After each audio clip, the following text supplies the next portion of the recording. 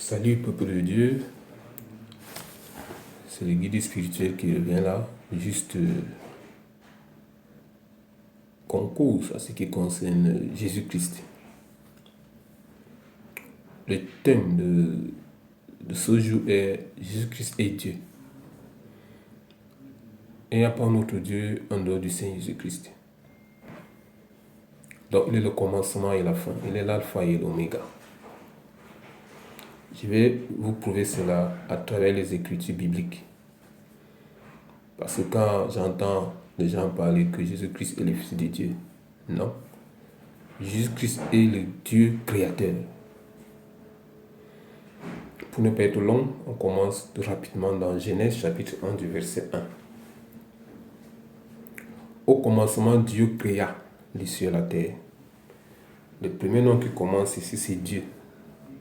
Ça veut dire qu'avant le commencement, Dieu existait déjà.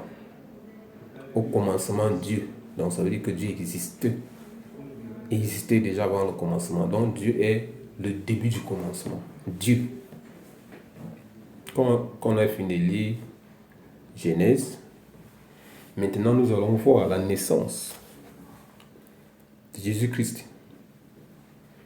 Et vous allez comprendre beaucoup de choses. Maintenant, que nous dit Matthieu? Matthieu chapitre 1 du verset 18 à 25, il est écrit: Voici de quelle manière arriva la naissance de Jésus-Christ. Marie, sa mère, ayant été fiancée à Joseph, se trouva enceinte par la vertu du Saint-Esprit. Avant qu'ils eussent habité ensemble, Joseph, son époux, qui était un homme de bien, qui ne voulait pas diffamer, se proposa de rompre secrètement avec elle. Comme il y pensait, voici un ange du Seigneur lui apparut en songe et dit: Joseph, fils de David, ne crains pas de prendre avec toi Marie, ta femme, car l'enfant qu'elle a conçu vient du Saint-Esprit.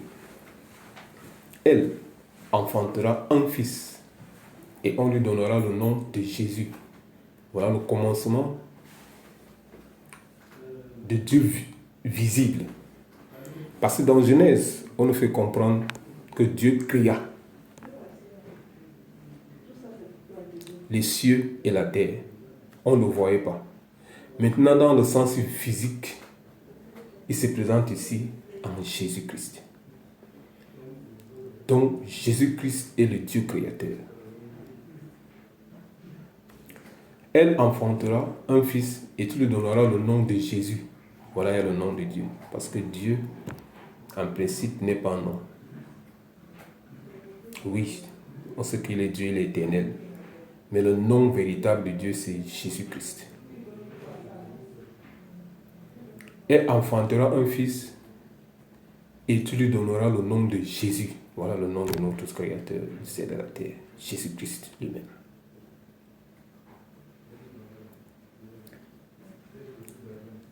Tu donneras le nom de Jésus. C'est lui qui sauvera son peuple de ses péchés. C'est-à-dire Dieu au départ invisible qui est le Dieu créateur. Maintenant Jésus-Christ, Dieu visible. On va comprendre ça. Quand on va finir avec Matthieu, nous allons lire les Colossiens. Vous allez comprendre d'où je vais en venir. Alors quand on a fini, nous poursuivons du verset 22. Tout cela arriva afin que s'accomplisse ce que le Seigneur avait annoncé par le prophète. Voici la Vierge sera enceinte, elle enfantera un fils et on lui donnera le nom d'Emmanuel. Ce qui signifie Dieu avec nous. Voilà. Vous comprenez donc? Qui est avec nous? Dieu est avec nous. Emmanuel qui veut dire Dieu avec nous. Et plus haut, on nous a fait comprendre que tu donneras le nom de Jésus. Ça veut dire que Jésus est avec nous. Ça veut dire que Dieu est avec nous. Job s'étant réveillé, fit ce que l'ange du Seigneur lui avait ordonné. Et il prit sa femme avec lui. Mais il ne la connut point. jusqu'à ce qu'elle eût enfanté un fils auquel il donna le nom de Jésus. Bien. Quand on a fini de lire, vous comprenez donc que Jésus-Christ, dans Genèse, n'est pas visible. C'est la parole. C'est l'esprit. Puisque l'esprit, on ne le touche pas. On ne le voit pas. Maintenant, comme Dieu est miséricorde, il a bien voulu que ce Dieu invisible-là soit visible à travers notre Seigneur Jésus-Christ, qui est le Dieu créateur. Maintenant, quand on a fini de lire, nous allons maintenant lire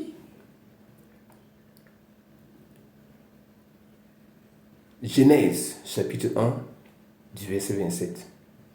Là, la création de l'homme. Ça vient au 6e jour. Que l'être humain, créé par Dieu, a commencé à exister. Le 6e jour. Alors, entre-temps, Marie était où? Parce que quand les me disent que Marie est la mère de Jésus, non. Marie est la mère porteuse, c'est-à-dire, elle a juste accompli la parole. Mais, en profondeur, Marie n'est pas la mère de Jésus. Parce que Jésus existait bien avant en esprit, mais Marie permet à ce que Jésus puisse vivre en chair, en portant un corps. Mais Dieu, qui est Jésus-Christ, existait bel et bien avant Jésus-Christ. Parce que Jésus-Christ vivait bien avant Marie.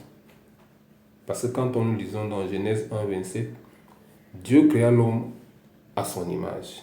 Il le créa à l'image de Dieu. Il créa l'homme et la femme. Ça veut dire que Dieu ne peut pas te créer, n'est-ce pas? Et tu deviens son aîné. C'est comme le père et l'enfant. C'est le père qui accouche l'enfant et non l'enfant le père. Donc c'est ça, il y a l'esprit. L'esprit est plus vieux que le corps. Ça veut dire que l'esprit existe bien avant le corps. Le corps humain, bien sûr. C'est pour dire que Jésus-Christ est Dieu véritable. Vous avez vu, comme on a vu dans Matthieu, chapitre 1, 18 à 25, comment on lui donne le nom Jésus, c'est-à-dire le sauveur du monde. C'est Jésus-Christ, le véritable créateur du ciel et de la terre. Maintenant, pour conclure, pour mieux comprendre la chose, nous allons lire dans Colossiens, chapitre 1, du verset 15 à 16. Il est écrit: il est l'image du Dieu invisible. Qui? Il existe qui? C'est Jésus-Christ. Ça veut dire que dans l'Ancien Testament, Dieu parlait, on ne le voyait pas. C'est la parole. Parce que le monde entier a été créé en parole, en esprit. C'est pour cela que la Bible nous fait comprendre que Dieu est esprit et tout ce qu'il adore doit l'adorer en esprit et en vérité. Alors, étant donné que Jésus-Christ est l'image du Dieu invisible, c'est-à-dire le Dieu de l'Ancien Testament, qui n'était pas visible, qui se manifeste étant visible dans le Nouveau Testament, qui est le Seigneur Jésus-Christ. Le premier-né de toute la création, c'est-à-dire Jésus-Christ est le Messie, c'est-à-dire le premier, puisqu'il est le premier et le dernier. Le premier-né de toute la création, car en lui ont été créées toutes les choses qui sont dans les cieux et sur la terre, les visibles et les invisibles.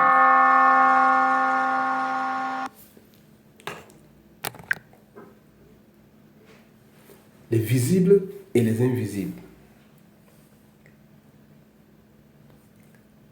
Trône, dignité, domination, autorité, tout a été créé par lui et pour lui.